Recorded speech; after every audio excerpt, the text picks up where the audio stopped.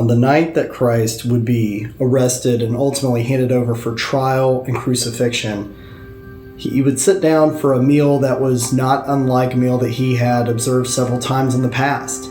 He was actually sitting down for a Passover Seder, at least so most of us think.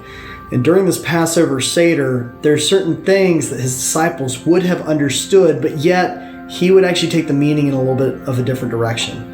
You see, during a Passover Seder, typically what you're doing is you're actually celebrating the fact that God redeemed his people way back in the story of Exodus from the power of Egypt. A power so big that God's chosen people couldn't imagine any pathway to salvation. And yet, God did it. God provided salvation from that bondage, something that they couldn't even fathom. And so it's only appropriate that God would take that imagery, would take that event that took place in the lives of his chosen people and would say, now let me show you the true Passover. Let me show you what true redemption actually is.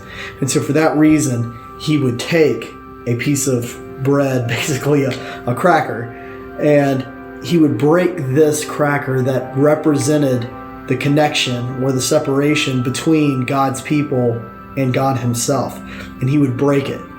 And he would say, this is my body broken for you. Take and eat. Do this in remembrance of me.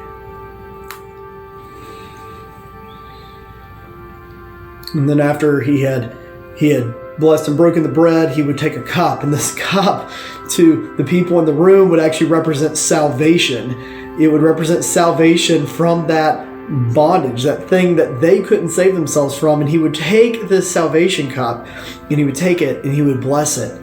But instead of blessing it with the traditional blessing, he would say, this is my blood shed for you, your salvation. This do in remembrance of me.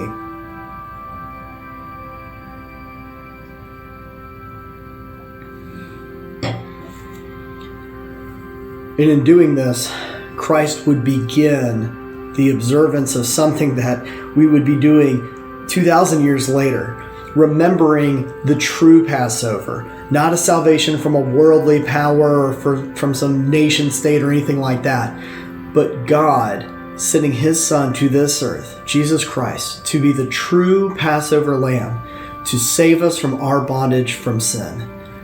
This is what we're observing whenever we do communion. And so this, do in remembrance of him.